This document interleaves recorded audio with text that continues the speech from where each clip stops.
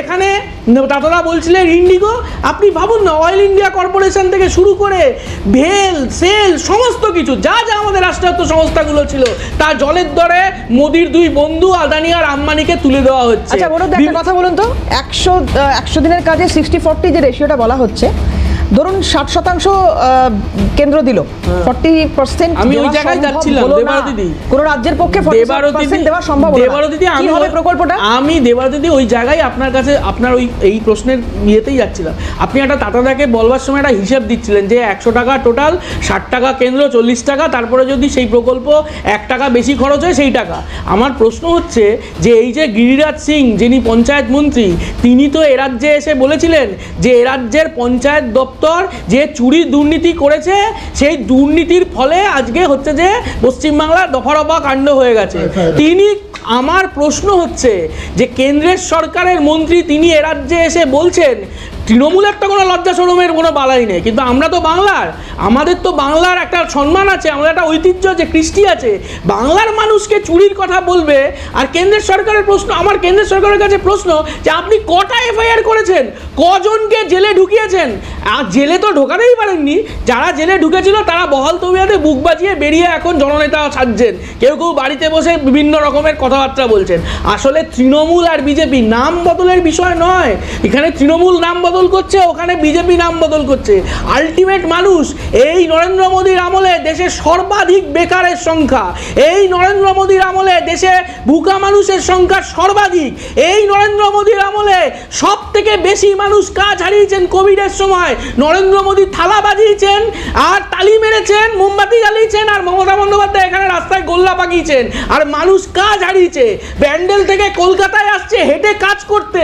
নরেন্দ্র মোদীর সামনে তার নিজের রাজ্য গুজরাটে মানুষ মরে যাচ্ছে, উত্তরপ্রদেশে মানুষ মরে যাচ্ছে, গঙ্গায় ভাসিয়ে দেওয়া হচ্ছে, ওখানে করোনা এক্সপ্রেস নাম দিয়েছে। কিন্তু তারপরে এসেছিলেন আগামীকাল প্রধানমন্ত্রী রাজ্যে আসছেন, প্রধানমন্ত্রী আতঙ্কে আসছেন, প্রধানমন্ত্রী আতঙ্কে আসছেন, এবং বিজেপি যে কথা বলছে যে আবারও এই নদিয়ার 17টা বিধানসভা কেন্দ্রের মধ্যে অন্তত আমি আসছি পার্থদার কাছে যাই। পার্থদা, কি মনে হয় 100 দিনের কাজ যেখানে দেওয়া সম্ভব হয়নি বলে, যেটা হান্নান মোল্লার রিয়াকশন আমি শোনাচ্ছিলাম, 125 দিন কাজ দেওয়া সম্ভব হবে লোককে?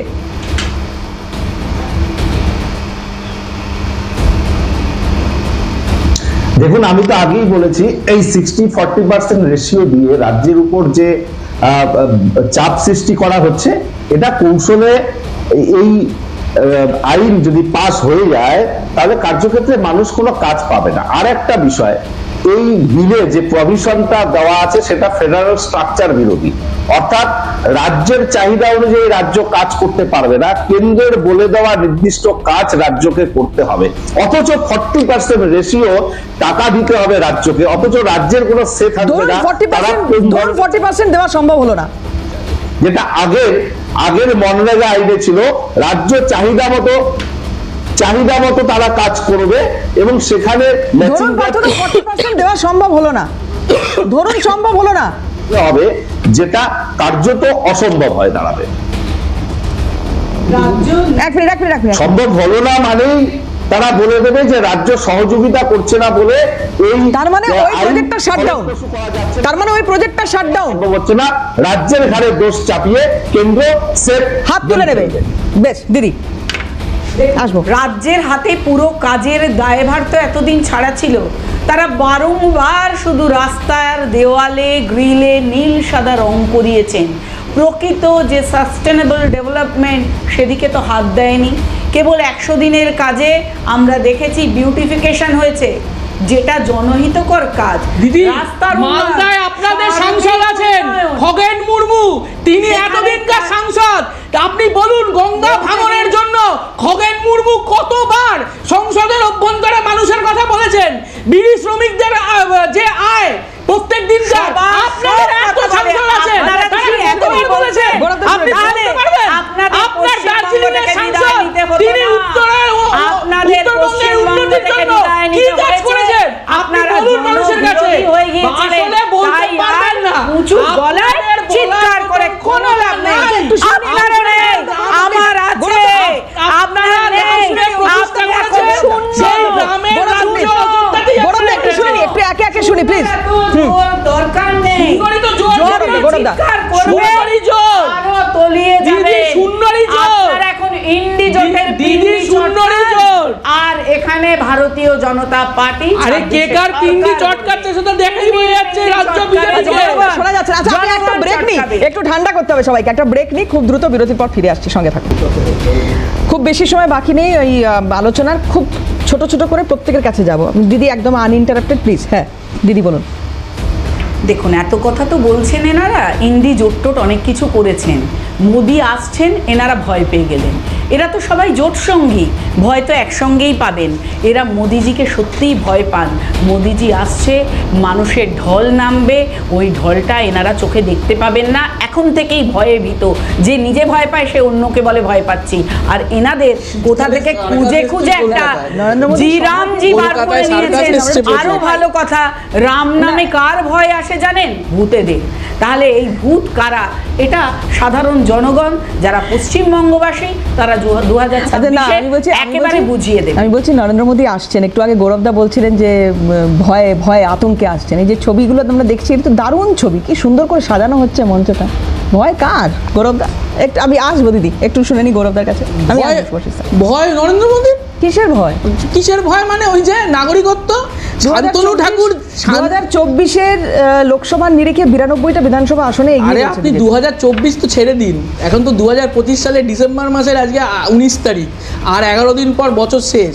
24 আপনি কেন ভাবছেন? আপনি 25 সালের আজকে ভাবুন। কি ওই সব ভেবে ওই যে নাগরিকত্ব, ওই যে বলেছে না যে নাগরিকত্ব দিয়ে দেবো কার্ড টার্ড বিলি করে, আর এখন তো মানুষ শান্তনু ঠাকুরকে খুঁজে বেড়াচ্ছে যে তুমি কোথায় ভাই, এসো কোথায় নাগরিকত্ব, কি ব্যাপার? আমার ভোট নিয়ে তুমি নির্বাচিত হয়ে মন্ত্রী হয়ে বড় বড় গাড়ি চড়ছো, আর আমাকে বলছো আমার নাগরিকত্ব দেখতে চাইছো? তুমি বেটা কোন নাগরিক? কোথাকার নাগরিক তুমি? আজকে দাঁড়িয়ে নরেন্দ্র মোদী আতঙ্কিত, তার জন্য তাহেরপুরে এসছে। আপনি এর আগে নামের বদল বলছিলেন, তাহেরপুরের মধ্যে একটু মুসলমান গন্ধ আছে, ওইখানে ওই নামটা বদল করে দিতে পারে। হ্যাঁ, মুসলমান গন্ধ, ওই জন্য আজকে বাংলাদেশে যা হচ্ছে আপনি রেডি থাকুন। নরেন্দ্র মোদী বাড়িয়ে দিয়েছিলেন, আর সেই ভোট ব্যাংক মানুষ ওনাদের বুঝিয়ে দেবে। সুভাষিসদার কাছে আসি। কৃষ্ণনগরে মমতা বন্দ্যোপাধ্যায়, রানাঘাটে প্রধানমন্ত্রী মোদী। বলুন। বিজেপির বক্তার যে কথাটা ছিল যে মোদিজিকে আমরা ভয় পাচ্ছি না, আমরা মোদিজিকে ভয় পাচ্ছি না। মোদিজি ভয় পাচ্ছে বলে ইলেকশন কমিশনকে তার সাথে নিয়েছে, তার ফ্রন্টাল অর্গানাইজেশন করেছে। আমরা যাকে ভয় পাই সেটা হলো জ্ঞানেশ কুমারকে, যে একদম নেমে গেছে মোদিকে জেতাতে। মূল কথা হলো একটা জিনিস বলি, একটা ডাইকোটমির মধ্যে সবচেয়ে বেশি বিজেপিরা আছে এই মতুয়াদের নিয়ে। মতুয়াদের এখনও নাগরিকত্ব দেওয়া হয়নি, নাগরিকত্ব দেওয়া হবে, সিএ আইন আসবে, যতবার ভোট এসছে ততবার এই কথাগুলো শুনেছি এবং ক্লিশে হয়ে গেছে এই কথাগুলো। তারপর আলটিমেটলি কী হলো, মতুয়ারা এখন চিল্লাচ্ছে, মিছিল করছে যে আমাদের নাগরিকত্ব এখনও দেওয়া হলো না কেন? নরেন্দ্র মোদী জবাব দেয় সেই মতুয়ারাই, এবং তাদের কাছে যাচ্ছে যাতে মতুয়ারা, যেহেতু এখানে অনেকগুলো সিটে ডিসাইসিভ ফ্যাক্টর, সেহেতু এদের অ্যাপিসমেন্টের জন্য। আসলে তা না, আসলে নরেন্দ্র মোদী মূল কথাটা একটু বলি, সেটা হলো নরেন্দ্র মোদী ছেড়ে দিন, নরেন্দ্র মোদী এর আগেও এসছে, খুব একটা ফলের তফাৎ হয়নি। যেটা মূল কথা, যেটা নিয়ে আমাদের আলোচ্য বিষয় ছিল, পশ্চিমবাংলার ধার হলো, ঋণ হলো 5 লক্ষ কোটি, ভারতবর্ষের ঋণ হলো প্রায় 200 লক্ষ কোটি টাকার মতো। সুতরাং দুটোই ঋণগ্রস্ত, একটা ভারতবর্ষ ঋণগ্রস্ত, আর একটা আমার স্টেট। এই যে 100 দিনের কাজটা যদি 40% পশ্চিমবঙ্গ রাজ্যকে দিতে বলে, তাহলে কাজটার দিন কমে যাবে। আলটিমেটলি যে মানুষগুলো গ্রামীণ মানে গ্রামীণ মানুষগুলো যে টাকায় রোজগার করতো, সে অর্থনীতিতে চাপ পড়বে এবং গ্রামীণ অর্থনৈতিক ব্যবস্থার মধ্যে একটা সংকট তৈরি হবে। যেহেতু এইটা দিয়েই তাদের সংসার চলছে, যেহেতু কাজ নেই, নরেন্দ্র মোদীর সময় কাজ নেই এবং সবচেয়ে বেকারত্ব বেশি, কাজ হারিয়েছে, যেটা গৌরব বলছিল, কাজ হারিয়েছে বহু মানুষ, ফলে জিডিপি এবং পার ক্যাপিটা ইনকাম কমেছে। একটু সিরিয়াস হওয়া উচিত বিজেপির বক্তাদের, চিল্লামিল্লি নয়। সত্যি সত্যি আপনি ভাবুন তো, আমি শুনেছি আপনি পড়ান কোনো একটা জায়গায়, আপনার মনে হয় না যে যেভাবে ভারতবর্ষটা চলছে সেভাবে ভারতবর্ষটা চলা উচিত না? মনমোহন সিংয়ের মতন মানুষকে সরিয়ে মোদিকে যখন মানুষ বেছে নেয়, তখন তো আকাল আসবে, দুর্ভিক্ষ আসবে, অবক্ষয় আসবে, এটাই স্বাভাবিক। কারণ একটা মানুষ যে পৃথিবীর আমি সুভাষিতার কাছে এটাই জানতে চাইবো যে তাহলে ওই মানুষগুলো কি মানে মানুষগুলোকে আপনি কাঠগড়ায় দাঁড় করাচ্ছেন যারা ভোট দিদি একটু শুনি। হ্যাঁ, খুব ছোট করে কিন্তু মানুষ এই যে ঠাকুরের সামনে প্রদীপ জ্বালায় না বড় করে, পোকারা জানে যে গিয়ে মরবে, কিন্তু খেয়ে যায় ওই আগুনের দিকে। মানুষ ভেবেছিল মনমোহন সিংকে সরিয়ে মোদী যেসব কথা বলছেন সেগুলো সত্যি বাস্তবায়ন হবে, বাস্তবায়িত হলে আমরা ভালো থাকবো। কিন্তু আলটিমেটলি এখন বুঝে গেছে, মোদী নিজে বুঝেছেন যে আমার আর জেতার জায়গা নেই কোথাও, সারা ভারতবর্ষে কোথাও। মানে ইলেকশন কমিশনকে কাজে বেশ, পার্থদার কাছে একটু আসবো। পার্থদা, খুব ছোট করে একটু জানতে চাইবো, মতুয়া আতঙ্কে প্রধানমন্ত্রী মতুয়া গড় বাঁচছেন সবার জন্য।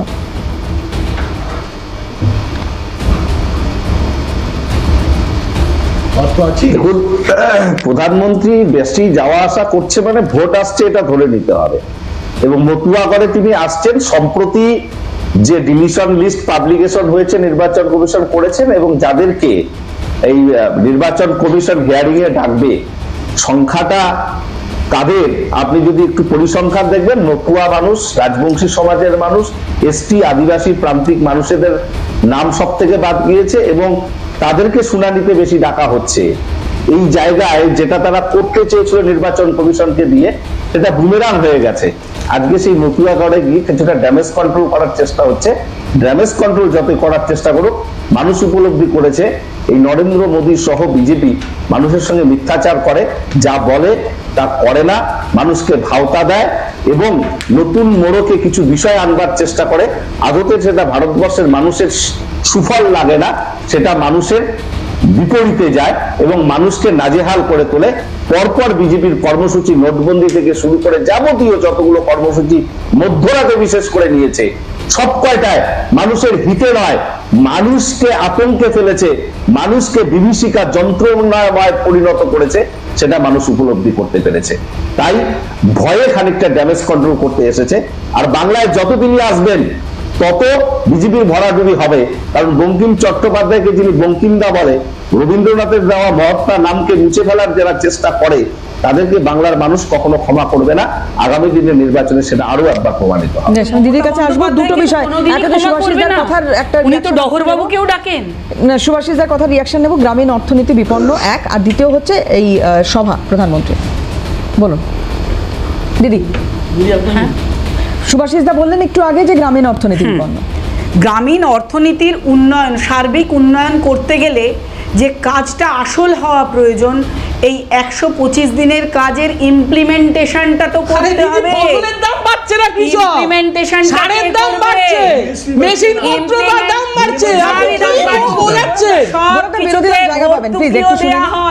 ভর্তুকিও দেয়া হয়, কৃষকদের যে ভর্তুকি, যে টাকা, প্রত্যেকটা দিক থেকে জনদরদি আমাদের বিজেপি কেন্দ্রীয় সরকার অবশ্যই সে কাজ করছেন, এবং এই ইমপ্লিমেন্টেশনটা করবে রাজ্য সরকার।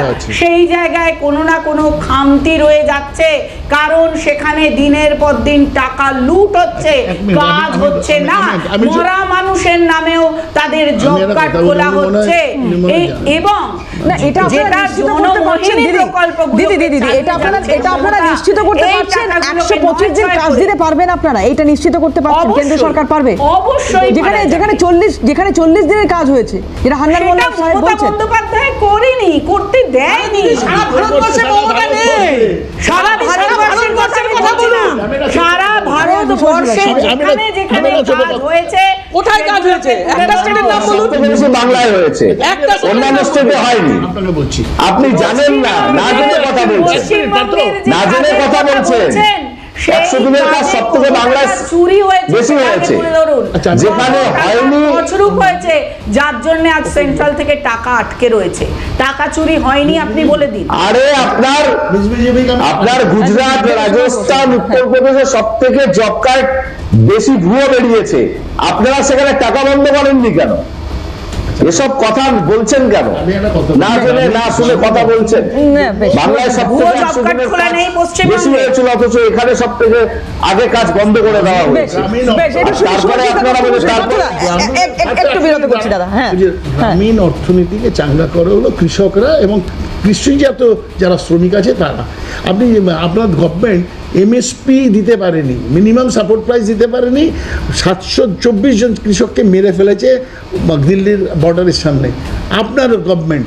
তারপরে রোল ব্যাক করতে হয়েছে, কৃষির স্বার্থ নাকি রক্ষা করতে গিয়ে একটা আইন এনেছিল, পরে আলটিমেটলি দেখা গেলো ওই আইনটা আদানি আম্বানির জন্য এনেছিল, ওরা গোডাউনও তৈরি করা শুরু করেছে। এক মিনিট বলে নেই, তাহলে গ্রামীণ অর্থনীতিকে চাঙ্গা করতে গেলে যে কৃষিজাত দ্রব্যগুলোর যে মিনিমাম সাপোর্ট প্রাইস দরকার সেটা দিচ্ছে না, তাহলে কৃষককে মেরে ফেলছে, কৃষক আত্মহত্যা করছে, মারা গেছে। কি বলছে? কি বলছেন?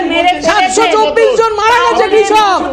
তাহলে আপনি এসআইআর যারা মারা গেছে মমতা বলেছেন সব বলছে এসআইআর মারা যাচ্ছে, কারণ হার্ট অ্যাটাকে মারা গেছে মানুষ। আপনি দিদি আপনি একজন টিচার, দিদি আপনি একজন টিচার, কথা বলবেন না। এই এসআই ছাত্রছাত্রী ভারতীয় জনতা পার্টিকে ঠিক হচ্ছে না, আপনাদেরও এটা বোধহয় ঠিক হচ্ছে না। দুঃখ পাবে, কেউ দুঃখ পাবে না, আপনাদের কাছ থেকে ভুল তথ্য যদি